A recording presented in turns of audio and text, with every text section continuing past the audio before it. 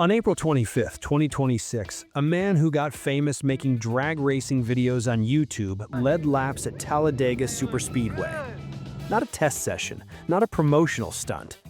A real, sanctioned race.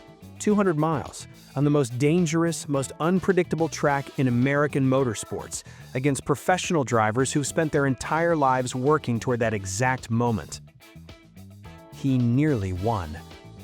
He lost by 0.111 seconds, a margin thin enough that the official results list 3 cars in a gap smaller than the length of your hand.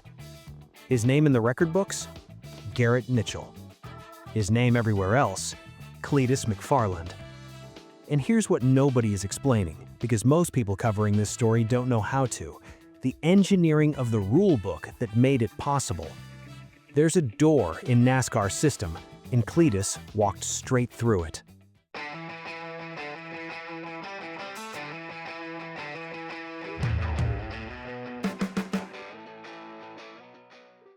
The approval system, what most people don't know.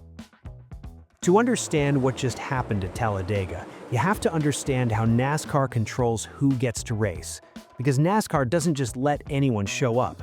The approval process is a tiered system, and NASCAR's own officials have described it this way: road courses first, then short tracks, then intermediate tracks, then superspeedways.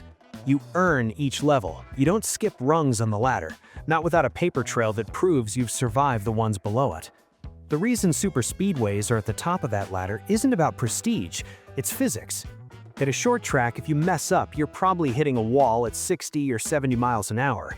At Talladega, which is 2.5 miles of banked asphalt with no chicanes and no slow corners, you're doing that at nearly 200 in a pack of 30 cars running 3 wide, bumper to bumper, with nothing separating your fender from the car next to you, except the fact that both drivers made the same split-second decision at the exact same instant.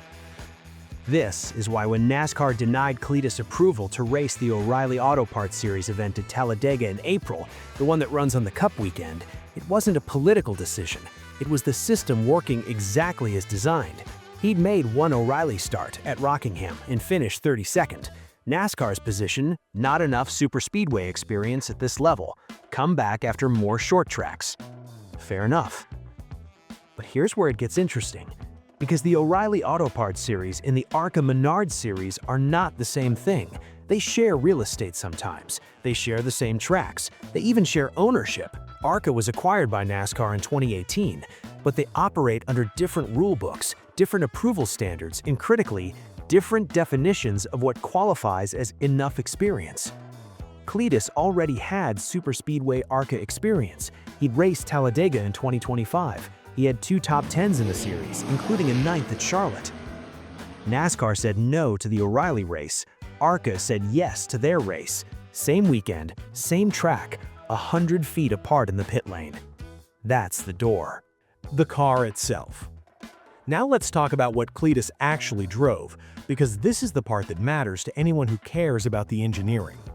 The number 30 is a Ford Mustang GT built by Rette Racing, and at first glance it looks like a NASCAR Cup car.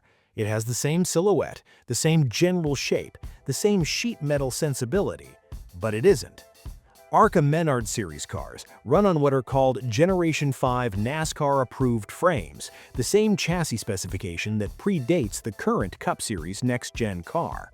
The roll cage construction, the frame rails, the geometry, all NASCAR spec, just from a previous generation of the rules. The engine is a V8 pushrod motor displacing around 358 cubic inches.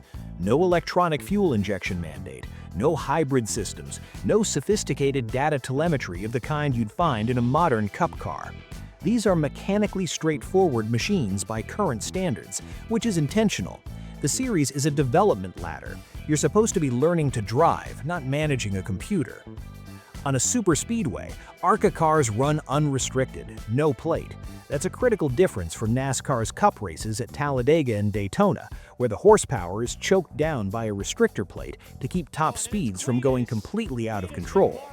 ARCA cars at Talladega are genuinely fast, and given that they're running older chassis technology with less aerodynamic refinement than the current Cup car, the drafting behavior is different. What this means for a driver like Cleetus, someone who spent his career doing quarter-mile drag passes, not 2-hour superspeedway races, is that the car rewards instinct over data. You can't rely on engineers talking in your ear about grip maps and tire fall-off windows. You have to feel it. You have to make decisions in real time based on what the car is telling you. And for 4 laps at Talladega on April 25th, what it told him was, you're fast enough to lead this race. Because the ARCA result didn't close a door for Cleetus, it opened 3 of them. What actually happened? Here's the race itself, and it's worth telling properly because it's an extraordinary piece of motorsport, the kind of story that usually ends with someone famous or a veteran of the sport. Cleetus started 20th. In ARCA Superspeedway racing, where the draft determines almost everything, starting 20th is not a death sentence, but it means you need to find the right train and stay in it. By the competition caution on lap 40, he was running second. He was pushing Gio Ruggiero, who'd started from pole. They went back and forth. Cleetus took the lead on a restart. The crowd at Talladega, and this is documented by people in the pits who described it, erupted. Then the big one happened, as it always does at Talladega. Thomas Annunziata, racing without a radio, a detail that tells you everything about the operational gap between ARCA and the Cup level, moved into Will Kimmel and triggered a mass incident with 7 laps to go. Cars scattered. Several were destroyed. Cleetus got through. His friend and fellow YouTuber Squirrel McNutt, real name George Siciliano, didn't. The race came down to a 1-lap shootout. Cleetus restarted 4th. He worked up to 2nd. Coming off the final corner with the checkered flag in sight, he and Gus Dean made contact side by side as Andy Jankowiak found the high lane and powered past both of them. Margin of defeat? 0.111 seconds. Cleetus's own assessment afterward: I left the 71. I tried to go down, I didn't have enough room, we started beating each other up, and Andy passed us. That's not the talk of someone who wandered into a race he didn't belong in. That's a driver processing a tactical decision in the final seconds of a race he almost won. The bigger picture. So where does this go from here? Cleetus McFarland, Garrett Mitchell, has another ARCA start scheduled at Michigan International Speedway. He has a second O'Reilly Auto Parts Series start confirmed with Richard Childress Racing at Nashville Superspeedway on May 30th. And he has a Craftsman Truck Series return at Talladega on October 23rd.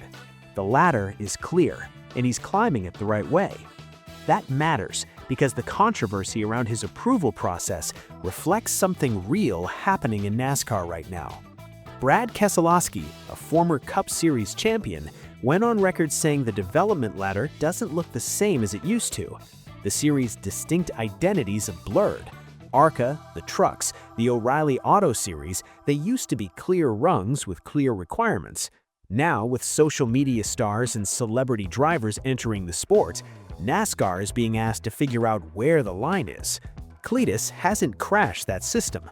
He's actually exposed how it works, and in doing so, proved something that the doubters didn't want to admit. The experience he accumulated, the drag racing background, the mechanical instinct, the years of working on cars rather than just driving them, transferred. Superspeedway racing is pack racing. It rewards spatial awareness, nerve, and the ability to trust your hardware. He had all 3. And now, the next time he lines up at Talladega, this time in a truck, this time with a full approval from NASCAR, the question won't be whether he belongs there. The question will be whether anyone can stop him. That's the engineering of the loophole, the history behind the rulebook, and the story of a driver who understood it well enough to use it. If this is the kind of content you want, the real technical story behind the headlines, hit subscribe because this is what we do here. And if you want to understand the car at the center of this entire NASCAR approval debate, the machine that Cleetus is working his way toward, that video is right here. Speed and style. See you on the next one.